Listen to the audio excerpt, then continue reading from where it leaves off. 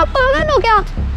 मैं ट्यूशन के लिए लेट हो रहा हूँ, जल्दी चलो। अरे बेटा क्या करूं, तुम जवान हो, मैं बूढ़ा हूँ, घुटनों में दर्द होता है बेटा, तेज नहीं चल सकता। अरे तो चुप हो जाओ ना, मम्मी सही कहती है, हमने एक बूढ़े बैल को पाल रखा है, कुछ नहीं होता आपसे, आप किसी काम के नहीं हो। चलो आप रोक क्यों गए, चलो ना। हाँ ठीक है बेटा, चलो चलो चलो।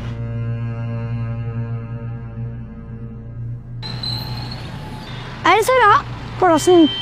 गुड आफ्टरनून बेटा, ये कौन है? ये हमारे प्रिंसिपल साहब। अच्छा अच्छा, नमस्कार जी, आप इसके दादाजी हैं? जी। बेटा आप कौन सी क्लास में पढ़ते हो? मैं खुद। और आपका नाम क्या है? तो राघव बेटा, ये आपका बैग आपके दादाजी ने क्यों पकड़ा हुआ है? जी वो बच्चा है ना, बैग बहुत भारी है, थक जाता है। देखिए सर, आप मेरे पिता समान हैं, थक तो आप भी इस उम्र में बहुत जाते होंगे, पर रही बात बच्चों की, तो बच्चों में तो काफ़ी एनर्जी होती है, उन्हें हमें काम करने देना चाहिए। और राघव बेटा, आप अपना काम अपने आप किया करो और दादू के साथ ऐसे बातें नहीं करते। लेकिन मम्मी पापा ही कहते हैं कि दादू तो काम करने के नहीं है, अगर वो काम नहीं करेंगे तो उनको ओल्ड एज होम भेज देंगे ना।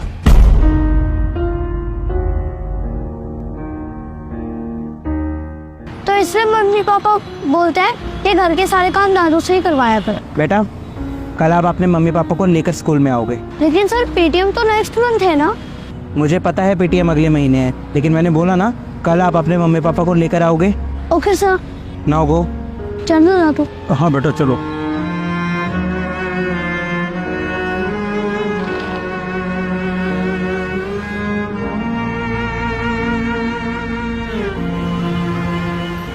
सर आपने हमें अचानक बुलाया, हमारे बेटे की कोई कंप्लेंट है क्या? उसने कोई शैतानी की है क्या?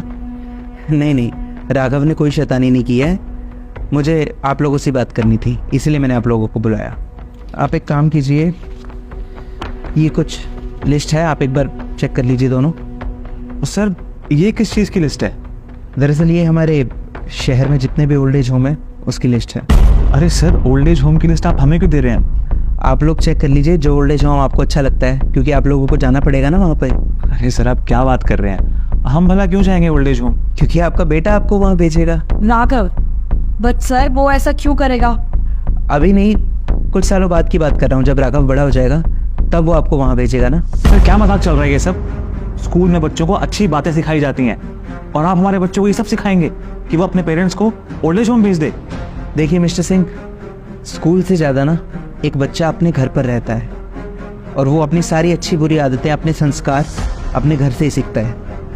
ये सब राघव को हम नहीं सिखाएंगे, बल्कि आप लोग सिखा रहे हैं। सर आप कहना क्या चाहते हैं, साफ साफ बताइए, बातें मत घुमाइए।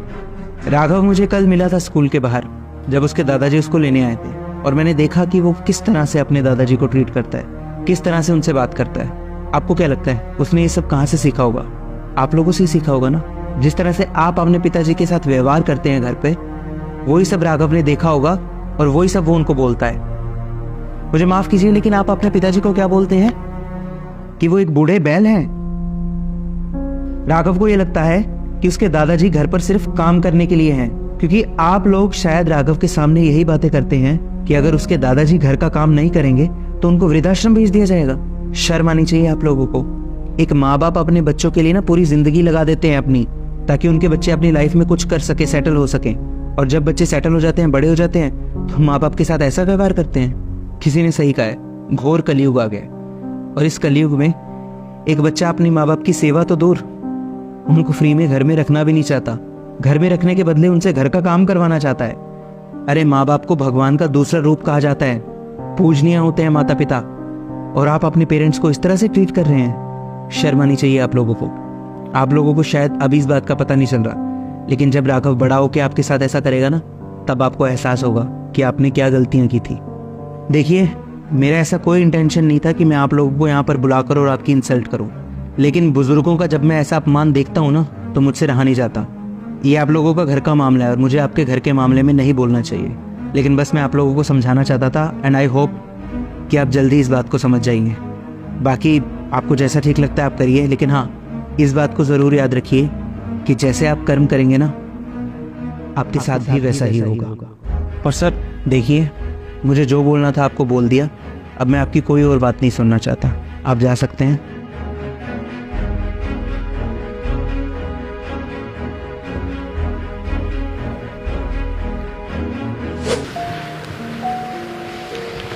अरे बेटा, अरे अरे नीचे कहाँ बैठ गए बच्चों, ऊपर बैठो ना। अरे इधर आओ ना। पिताजी, आप हम दोनों को माफ़ कर दीजिए।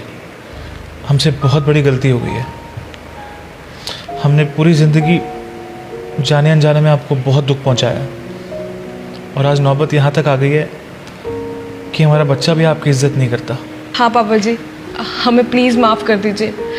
अगर हमने आपकी इज्जत की होती तो आज राघव भी आपकी इज्जत करता। वो इस तरह से आपसे बात नहीं करता।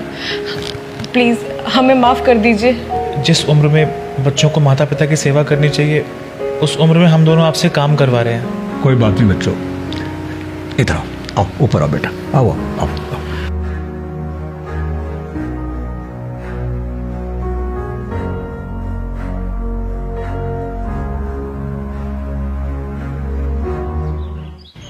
अरे दादू, आपके पैरों में दर्द तो नहीं हो रहा ना? नहीं बेटा, बिल्कुल ठीक है। चलो मैं आपकी हेल्प करता हूँ, आपको लेके जाऊंगा। अरे चलो बेटा, चलो आओ।